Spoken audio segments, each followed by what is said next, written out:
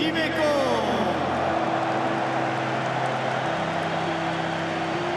Je vous demande évidemment de les applaudir très très fort. Merci à eux.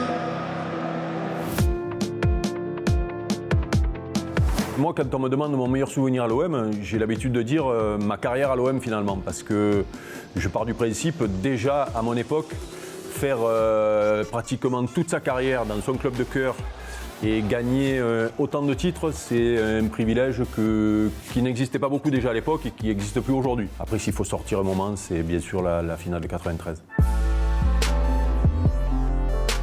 C'est particulier parce que dans le sport professionnel en général, mais dans le foot en particulier, ça va tellement vite, il y a des matchs tous les 3 jours, on ne savoure pas tout le temps un titre.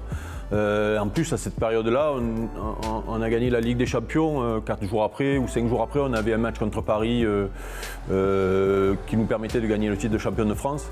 Et moi, j'étais déjà dans ce match-là en préparant la finale. Donc, je vais dire que je l'ai savouré finalement quand j'ai arrêté ma carrière, parce que c'est à partir de ce moment-là qu'on se rend compte qu'on a donné du bonheur aux gens, en croisant les gens à Marseille, voire même aujourd'hui encore des gamins qui ont 10, 15 ans, qui n'étaient pas nés, qui viennent me voir parce qu'on leur transmet l'histoire du club, parce qu'on leur montre des images. C'est particulier, c'est une joie qui est difficile même à décrire. Donc.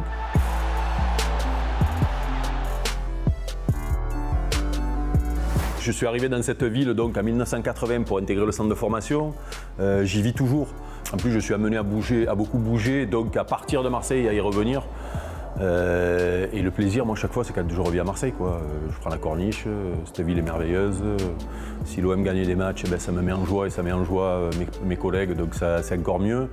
Mais je vais dire que pour moi, c'est difficile de sortir un moment quand on est... Moi, je pars du principe que j'ai été un privilégié de la vie, de faire ce métier-là d'abord, dans ce club-là, et d'être ici depuis tout ce temps, et d'être toujours en forme.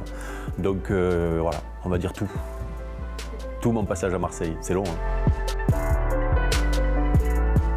Je raconte vite. Donc on était en déplacement Coupe d'Europe dans un pays de l'Est dont je ne me souviens plus. Et on était à table, longue table donc, tous en file indienne pour manger. Et Jean-Pierre Papin qui avait la connerie toujours sur lui, c'est-à-dire que lui c'était le style, donc la spéciale, le sel, dévissé pour en mettre de partout. Et donc là, on est à table et il y avait des espèces de sachets où dedans il y a la mayonnaise, la moutarde et tout, je sais pas ce que c'était comme sachet, comme ça. Et il y avait Chris en face de lui, Chris Waddle. Et là, Jean-Pierre, moi je suis à côté de lui, et là Jean-Pierre il commence à rouler le truc et à appuyer fort pour faire un style, je vais l'envoyer sur Chris. Et là, je ne sais pas pourquoi j'ai vu le truc, je me suis retourné. À côté de moi, il y avait Eric Cantona. Il faut savoir qu'entre Eric et Jean-Pierre, ils ne parlaient pas le même football. C'était pas voilà, ils étaient bons coéquipiers, mais ce n'étaient pas les meilleurs amis du monde. Voilà. Et là, j'ai vu le coup, je me suis retourné. Bien sûr, le truc, au lieu de partir tout droit, il est parti en travers. Et là, je me tourne, je vois Canto qui est plein de mayonnaise, mais de haut en bas comme ça. Et Eric était un sanguin. Là, je me dis, bon, c'est bon, ils vont se lever, ils vont se battre. Heureusement qu'il y avait Pascal Ometa face qui s'est mis avec un fou rire. Bon, on est tous partis à rire, ça a dégonflé le truc, mais d'un truc qui a été un des gros fou rires, ça a failli tourner un vinaigre parce que je pense que Canto allait se lever et la mancher assez rapidement. Ouais, c'était pas mal ça, tiens. Moi, quand j'arrive en 80, le club vient de descendre en 2e division. L'année d'avant, il y a, 12 ou 13 internationaux dans l'équipe, ils descendent. Moi, je fais ce choix-là à ce moment-là. Et il se trouve qu'à la fin de cette première saison que je fais au club, au centre de formation, le club est en grosse difficulté financière et a failli déposer le bilan. Ça s'est joué à pas grand-chose et à notamment un président de la Ligue et de la Fédé qui ont tout fait pour sauver le club. Et les gamins du centre de formation, puisque tous les professionnels avaient été licenciés. Et c'est les jeunes du centre de formation dont je faisais partie qui ont fini le championnat. Il restait 6 matchs. L'OM était en difficulté d'ailleurs cette année-là en championnat. Et cette période qu'on appelle la période des minots nous a permis sur ces 6 derniers matchs d'abord de ne pas perdre un match, ce qui a maintenu l'OM en 2e division.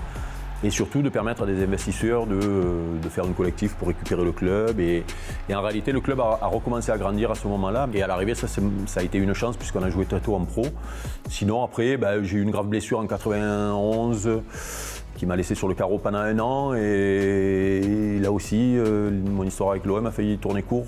L'année d'après, j'ai failli partir, je suis resté, j'ai un peu insisté. Ça s'est bien fini en 93, mais bon, voilà. Et apparemment, la carrière d'un joueur de foot, elle est jamais linéaire en haut. Hein. Il y a des bas. À l'OM, le problème, c'est qu'il y a eu des hauts très hauts et il y a eu des bas très bas, parce que le club a failli disparaître. Alors, le tacle. Alors, il faut savoir que, et je déconne pas, je rigole pas, attention de pas... Non, c'est un véritable geste technique, le tacle. Le tacle, c'est un peu comme une reprise de volée, c'est-à-dire que c'est une question de timing. C'est-à-dire que se jeter les deux pieds en avant sur un mec qui est... Voilà. Moi, ce qui me plaisait dans le tacle, alors j'en ai fait les deux pieds en avant, certains légendaires, que je regrette pas, mais moi, ce que j'aimais dans le tacle, c'était le mec part dans le trou, je calcule le bon timing pour tacler en même temps qu'il va pousser le ballon, pour arrêter le ballon, le mec tombe et toi tu repars avec. Et ça c'est un geste technique. Alors pas assez valorisé à mon goût, voilà, donc j'ai essayé de l'amener à un haut niveau.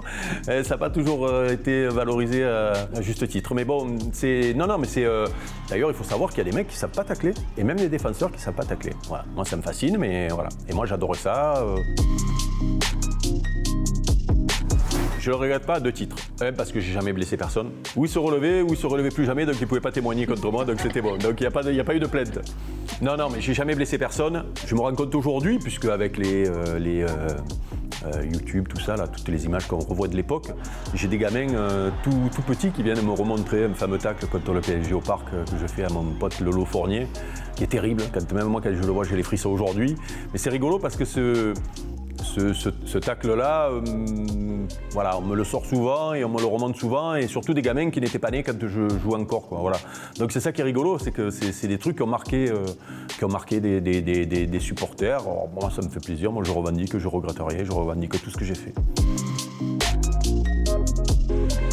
J'essaie toujours de dire que c'était pas mieux à l'époque ou moins bien. C'était un autre football, notamment au niveau des règles, puisqu'on pouvait faire des tacles, puisqu'on a parlé de ça, qu'on ne peut plus faire aujourd'hui. Et peut-être tant mieux pour les attaquants, parce qu'ils sont un peu plus protégés. Les joueurs restaient un petit peu plus longtemps dans les clubs. Il y avait une plus forte identité à l'époque peut-être qu'aujourd'hui. Mais si aujourd'hui c'est comme ça, c'est pas la faute des joueurs, c'est parce que le football est devenu un business. Et les clubs pensent qu'il y a une chose, quand un gamin est bon, c'est à le vendre pour faire une plus-value, plutôt qu'à le garder 10 ans comme j'ai pu faire moi. Tu me demandes si je veux revenir jouer au foot aujourd'hui en faisant la même carrière ou jouer quand j'ai joué moi, je ne change pas ma carrière. Parce que justement, je pense qu'on s'éclatait plus à l'époque sur et en dehors du terrain, dans le sens où, pour bien être compris, il n'y avait pas tous les à côté qu'il y a aujourd'hui sur la médiatisation extrême, les réseaux sociaux et tout. C'est-à-dire que nous, on a bien profité, on a bien fait les cons, tout en étant sérieux dans le foot, mais on a bien profité, on a bien fait les cons à côté. Et ça, on ne pourrait plus le faire aujourd'hui. Et moi, je suis malheureux pour les joueurs d'aujourd'hui parce qu'il faut qu'ils se cachent de tout, il se méfient de tout le monde. Voilà. Donc, je suis content d'avoir connu le football que j'ai connu. Je ne suis pas sûr que c'était mieux, mais en tout cas, ça m'a plu comme ça. Je suis un peu musicien à mes heures perdues. Et d'ailleurs, dès que j'ai arrêté ma carrière, voire même pendant ma carrière, je me suis mis à jouer de la basse. Je suis parti à l'Euro 96 avec ma basse dans les valises. Et mes Jacquet m'a regardé, il m'a dit c'est quoi ça? J'ai dit c'est une basse, coach. Donc il m'a regardé, style putain, t'es un beau touriste toi. Je crois que ça a joué contre moi. Bon, en fait, tout ça pour dire que j'avais commencé pendant que je jouais encore. Dès que j'ai arrêté ma carrière, j'ai monté un groupe à Marseille de métal, donc en effet. Reprise de Red Hot Chili Peppers, Rage Against the Machine, qu'est-ce qu'il y avait à l'époque, Deftones, ouais, c'est des trucs un peu énervés que les jeunes ne doivent pas connaître. Et j'ai joué pendant 2 ans dans tous les bouges de Marseille et je me suis bien éclaté. J'ai un peu laissé tomber et là j'ai repris dans un registre un peu plus pop anglaise avec des reprises d'Oasis. Mais je suis toujours fan de métal et je fais toujours de la musique. Hola, soy Álvaro. Abónate al canal de l'OM, justo aquí.